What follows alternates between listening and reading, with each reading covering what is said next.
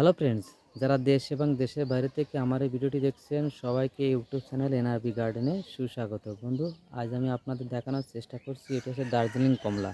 দেখেন কত সুন্দর, কত চমৎকার ধরেছে আমার এই গাছটিতে।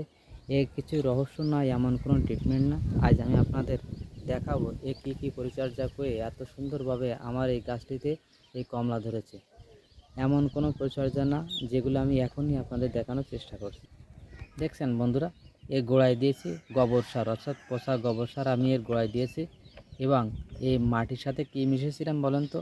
বালি, অর্থাৎ লাল বালি, সাদা বালি এবং কিছু হাড় গুঁড়া, তার শিংকুচি এবং কিছু নিমখোল একসাথে মিশিয়ে মাটি তৈরি করেছিলাম। করার পরে এই গাছটি আমি স্থাপন করেছি এবং তারপর থেকে পর্যায়ক্রমে আমার শুধু ফল আর ফল দিয়ে যাচ্ছে। অনেকে মনে করে এত সুন্দর ফসল কী করে হয়, কিন্তু আসলে এগুলো তেমন কোনো বিষয় না। শুধুমাত্র একটু পরিচর্যা নিয়মিত করলেই হয়।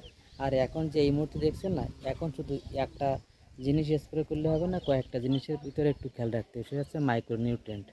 এই সময় জিঙ্ক, বোরন একদম নিয়মিতভাবে স্প্রে করে দিতে হবে, তবেই এই ফসলগুলো আরও সুন্দর হবে এবং লেবু আর লেবু পাবেন। পর্যায়ক্রমে আপনারা দেখতেই পারবেন এই লেবু গাছটির কী পরিচর্যা আমি করেছি এবং কী পরিমাণ ফসল হচ্ছে। বন্ধুরা দেখেন, এখানে আরেকটা বিষয় অবশ্যই খেয়াল রাখতে হবে। এই সময় কিছুটা একদম 10 থেকে 12 দিনের মাথায় যে একটু ছত্রাকনাশক অবশ্যই স্প্রে করতে হবে। তা না করলে এই গাছটিতে কিন্তু ছত্রাক লেগে লেবু কিন্তু পচে যেতে পারে। তাই অবশ্যই এখন একটা গুরুত্বপূর্ণ বিষয় দাঁড়াচ্ছে এখানে, অবশ্যই ছত্রাকনাশক 7 থেকে 10 দিনের ভিতর করলে সবথেকে ভালো হয়। তা না যদি একটু মনে করেন তাহলে 10 থেকে 15 দিনের মাথায় করলেও কোনো সমস্যা হবে না আশা করি এই মুহূর্তে। কিন্তু লেবু আর একটু বড় হয়ে উঠলে সে সময় অবশ্যই 7 থেকে 10 দিনের ভিতর করতেই হবে। তবে এই সময় বন্ধুরা গোড়ায় কিন্তু 2 মাস অন্তর অন্তর খাবার দিতে হবে, কারণ এই সময় পর্যাপ্ত পরিমাণে যেহেতু বৃষ্টি আসবে, খাবার দেওয়ার ক্ষেত্রে অন্তত 2 মাসের যদি ওভারটেক করে দেয় তাহলে আমরা আরও সুন্দর সুন্দর এভাবে কমলা দেখতে পারবো। কিন্তু যদি 2 মাসের বেশি হয়ে যায় তখন কিন্তু গাছে যদি খাদ্য ঘাটতি দেখা দেয়, কিন্তু তখন আর এরকম ভালো ফসল আপনারা আর দেখতে পারবেন না। তাই প্রত্যেকটা গাছে, অর্থাৎ ফসল থাকতে অবশ্যই 2 মাসের মাথায় মাথায় গাছে অবশ্যই খাদ্য দিতে হবে।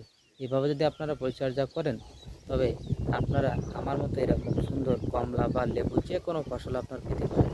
তবে ওই যে শিংকুচি, হাড়গুঁড়া ওগুলো একটু ষোলো রসের খাদ্য, ওগুলো সাধারণত 2 মাসের নিচে ওই খাবারগুলো গাছ গ্রহণ করতে পারে না।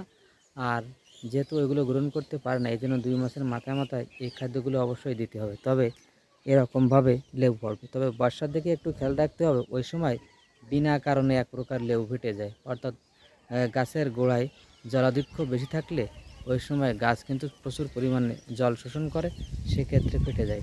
সেদিকেও একটু খেয়াল রাখতে হবে, অর্থাৎ গাছের ড্রেনেজ ব্যবস্থা যেন সঠিক থাকে, তা না হলে কিন্তু রুট নেট নষ্ট হয়ে যেতে পারে, ফলে কিন্তু আপনার লেবুগুলো পড়ে যেতে পারে, ঝরেও যেতে পারে।